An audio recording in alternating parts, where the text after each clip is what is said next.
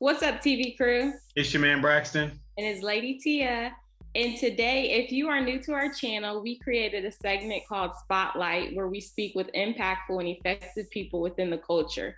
Today, our special guest was born in Saginaw, Michigan, and currently lives in Los Angeles, California. He was a model, professional dunker, former Harlem Globetrotter, a contestant of the 14th season of The Bachelorette, and he starred as Michael Diggs in the 2017 sports drama movie Slamma-Jamma. Let's welcome Chris Staples. How you doing? Thanks for having me. That's how things looking in LA. I mean, I know it's always beautiful, but it's beautiful, but yeah, I mean everything's starting to open back up, so it's I mean, it's good to see that a little bit, just driving down or looking into restaurants, seeing people finally back inside, after seeing what had happened, last March. So it's refreshing to see that. Yeah. So, I always speak to your mom and she talks highly about all of her children. So I know all the accomplishments that you have done. What career accomplishment makes you the most proud? Wow, that's tough. I mean, because I'm still going, it's not over. So I never sit back and just I've done this. I can just chill now. I'm always pushing forward. What's next? Honestly, I don't know. I can't really say that. I don't have a grit because it's always goal driven to the next level. Mm-hmm. I would say the Harlem Globetrotters was something very good because I got a chance to travel the world, and it's tough to get into a field where you're able to go everywhere and perform your talents. I think accomplishment that maybe even surpasses that will be probably me leaving the Globetrotters. So I think both were great accomplishments and stepping stones to the next level. So me leaving the Globetrotters, having the guts to do that, to move on to doing Slamma-Jamma, which is a film that came out in theaters. Accomplished I've gotten so far. Nice. So what made you want to leave the Globetrotters? Well, when I first got on the team, it was just, for me, it was like Mount Rushmore. Wow, I'm finally on a travel team. I get to slam dunk for a living, which I'm pretty good at slam dunking. So I think that was just the best job ever, go out there, perform in front of people, do something I'm very naturally gifted at doing. Mm-hmm. But then, the more I progressed, the more I continued to drive to the next level, I ended up hitting the ceiling with the Globetrotters. And a ceiling I thought would never even happen. I was just happy to be on the team when I first got there until it got to a point where I was like, all right, I gotta go on now, and so an opportunity came up with a movie called Slamma-Jamma. Mm-hmm. And, I asked the Globetrotters, could I take on this role? And for them, they were, it was a business thing. Well, if we let you do this, there are going to be a lot of other people that maybe want to take on that same type of journey to do things like that. And so they make a decision. Do you stay or do you go? And so I chose to leave. And for me, I already hit that ceiling. I knew if I'd stayed, I would have been unhappy and I would have regrets. And so I had to take that leap of faith. Slamma-Jamma, that's huge. So, that's a really good opportunity for you to take after. I salute you, my brother. Maybe. Yeah, for them, I had made I was saying I could do this film and come back to the Globetrotters. That's how much I love the team. But everything happens for a reason. For them to make me make that decision, I think that was the best thing for me, to have to make that decision and to not go back and to continue to push forward. Yeah. Yeah. So with the Globetrotters, and I'm sure based off your Instagram after the Globetrotters as well, you do a lot of these dunks and these, pretty cool stuff on the court in front of large crowds. I do stuff and not in front of large crowds and I get nervous. Yeah. So what is it like for you? What is that process like? Is there something mental that you have to go through, or what is it like just being in such a big crowd and all eyes are on you? At the very beginning, I was so afraid. Like I was literally so afraid. My first game with the Globetrotters.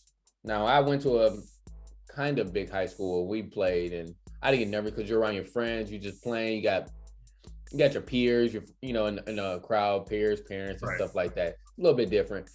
My first game with the Globetrotters, we were playing in the Sacramento Kings Arena. Wow. And my very first game. And I remember the stage manager, he comes in, or tour manager, he comes in and he's like, man, we got a big crowd tonight.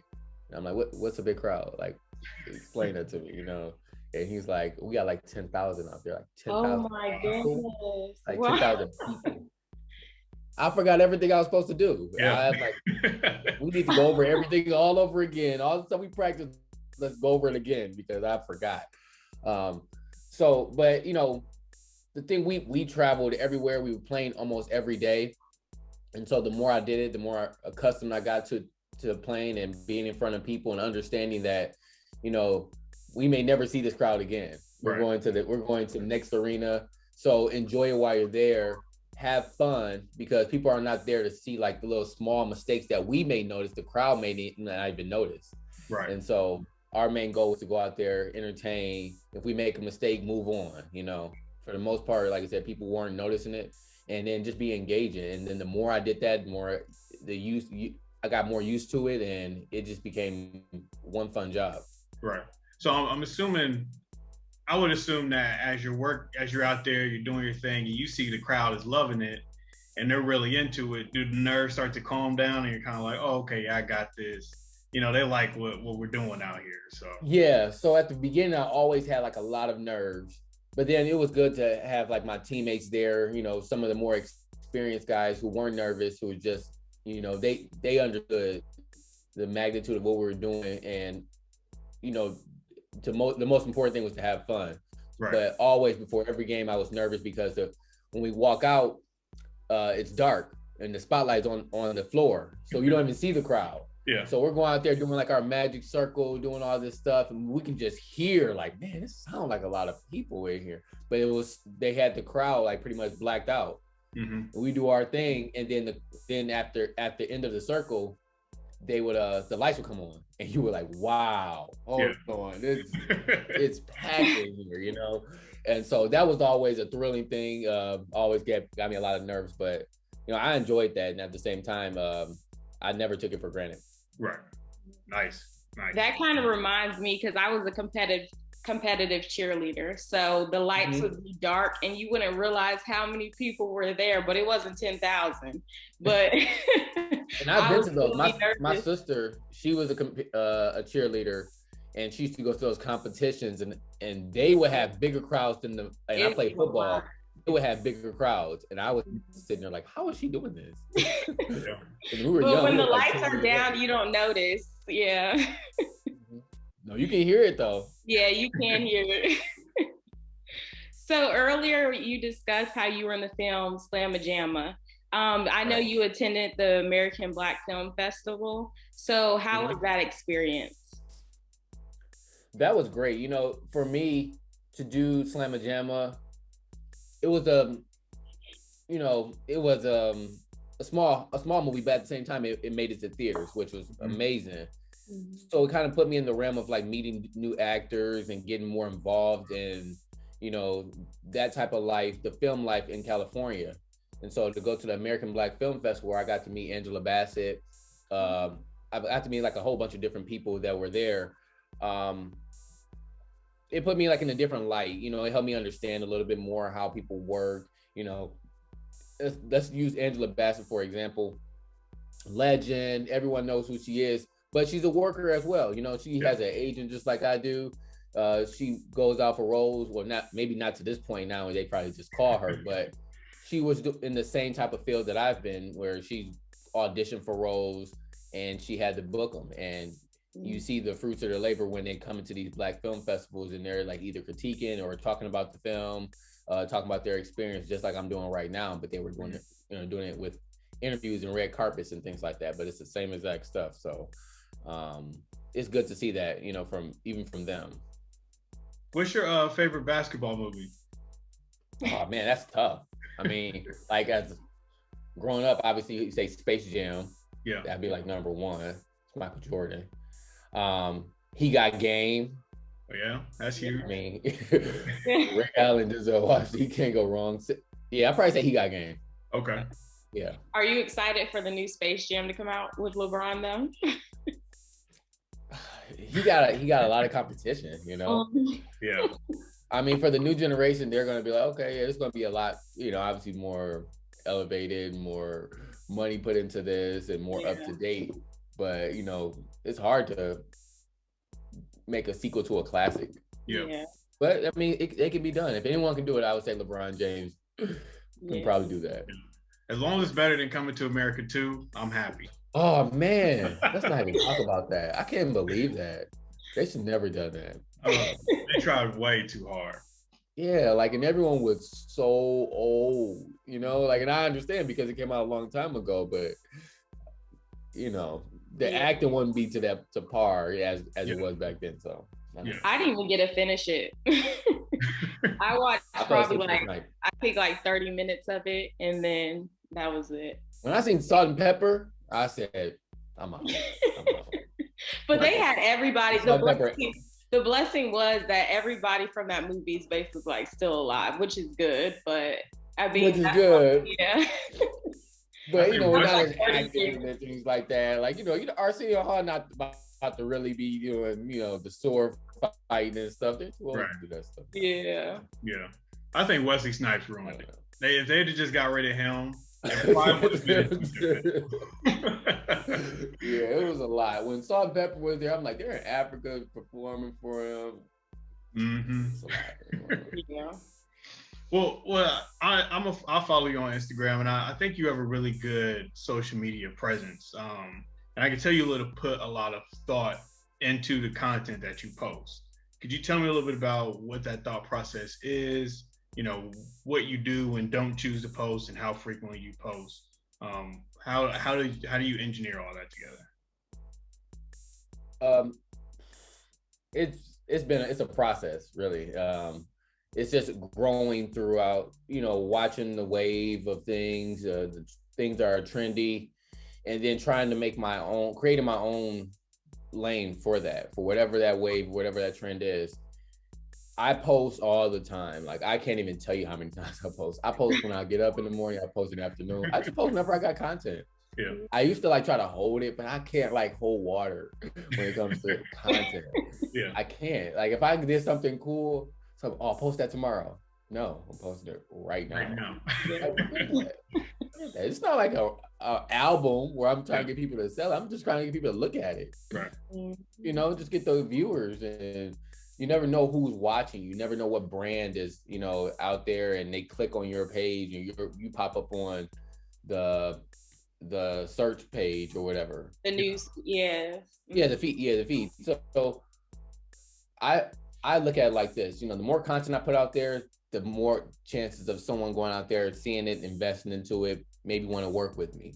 Right. And, you know, and like, I can post 3-4 times a day if it's if it's there, if it's content that's worthy, I'll put it out there, because I'm always creating content every day, or most days throughout the week. I'm out with friends and we're doing so much content. Mm-hmm. Like, it's more natural content. Yeah. And so I'll just go out there, I'll post it, and it's gotten me a lot of deals. Yeah. And I put like my email on my page, where people message me and say, hey, we would like to work with you. And it's worked out in a good way for me. And so now I just get creative with the content. Yes, my talent is slam dunking, but do I make content where I'm just slam dunking the ball? No, because that can get boring. If you've seen one, you've probably seen a lot of them. So what I do is try to integrate that with other things that I may like to do. If I'd like to do trick shots with some people I do content with, if I like to weight lift, how can I integrate that with those things? So now I have 3 different types of fields that you can see, and then get creative, like I said, and get creative with it. And guys who do the same type of thing as me, maybe they haven't gotten to the creative level that I have. I'm still dunking the ball. So like, if I went on The Bachelorette, the only reason I won The Bachelorette was because I wanted to jump over her. That's the only reason I went on there. I haven't watched the show, none of that. when they called me, I'm like, all right, I'll come on the show, but can I jump over the girl? They told me no. I said, well, have a good day. And that was it. That was it. Then they called me back after seeing like my social media and said, yeah, you absolutely could jump over her. You know, right. I guess they could watch. But then I'm like, yeah, because everyone wants to bring some type of talent or show what they do. Mm-hmm. How could I show what I do without doing that? And so I integrated slam dunking with dating. Right. Yeah. And made it like that, you know? And so that's just where I just kind of like have that thing and I continue to do it every single day. Yeah.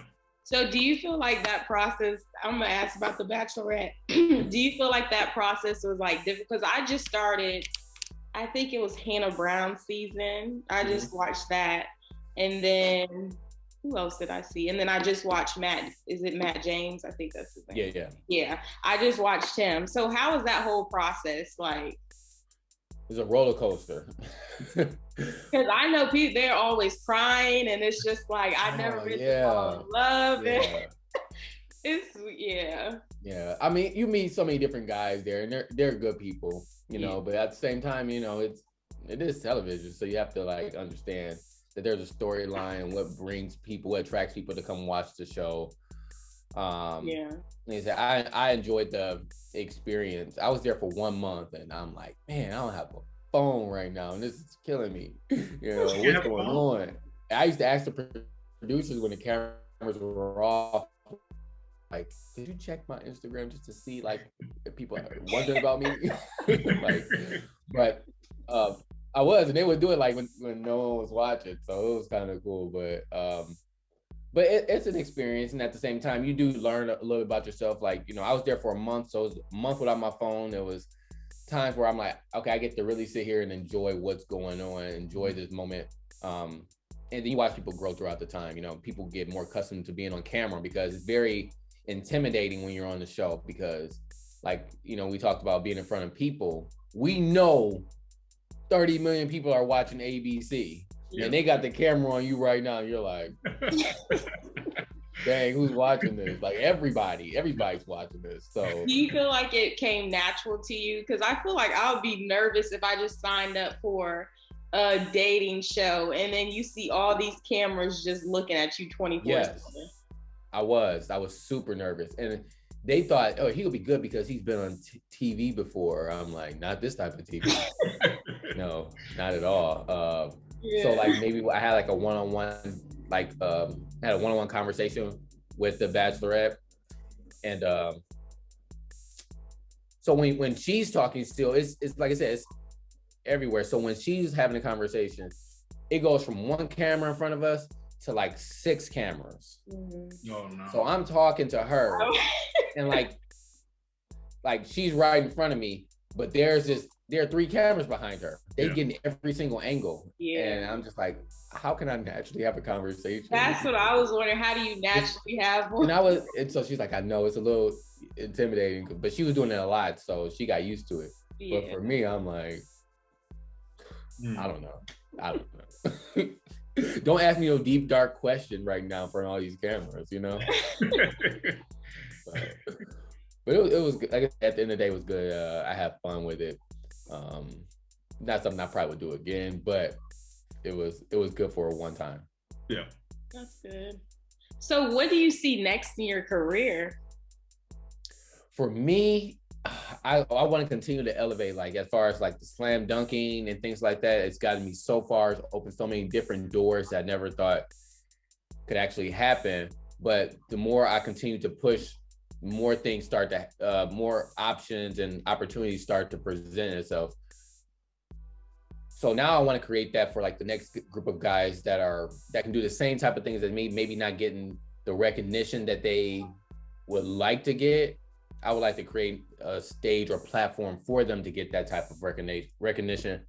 And so I've been like, you know, in the lab trying to like create platforms such as I have a company called Global Dunk Empire, where we do where I book guys for NBA halftime shows. So guys that can slam dunk, you know, no, you cannot be in an NBA dunk contest because you're not in the NBA. But in the NBA, they have halftimes. Here's an opportunity for you to be in front of thousands of people and slam dunk the ball and show your talent. Yeah. And I've booked a few shows. I've probably booked about 5 or 6 shows throughout the NBA where I've brought guys on. And it's been great because we were able to put that stuff out there on social media. They're able to be seen. And who knows, like, you know, if they're from that hometown, let's say it's in Houston or whatever, and we do a show there, they do great. Maybe someone in Houston that say, hey, I want to work with you. We have this other event, this festival where we need basketball players and things like that. So it's all about opening new doors. And so that's where I'm at right now. And I'm pushing that really hard. And hopefully I can become like, you know, the guy that people come to when they want that type of opportunity. That's respectable. Well, I'll probably be reaching out to you. I can't dunk yet. You know, maybe 3 months. I'll probably get there. No. So I'll DM you video of me dunking once I can do it. I have a jump program out there. I'll send you a link. No, he cannot play basketball. Do not do that. No, I just found out you're supposed to tuck your elbow. Stopping it right there, like cut that off. No. We appreciate you, Chris. Did you want to give us your social media tags and also the name of your company so that people can check you out? Sure. So my social media is everybody_hate_Chris. That's my favorite TV show. And people ask, like, well, why don't you change your name to Everybody Loves Chris and things like that? But I'm like, I used to like the show Everybody Hates Chris. I still watch. And it's never true that everybody loves you. Like, come on, not everyone loves you, but not everyone hates you either. But I like that show, so it rung a bell. I kept it. My YouTube is Chris Staples. TikTok, same thing. Everybody Hate Chris. And my company is called Global Dunk Empire. I have an Instagram with them as well, and it's Global Dunk Empire. Great. Well, thank you for joining us today, and we appreciate everything that you've done. No, thank you guys for having me. I appreciate it. Yep. Anytime you guys want to do anything, let me know. Okay, sounds good. Sounds good. Thanks, Chris.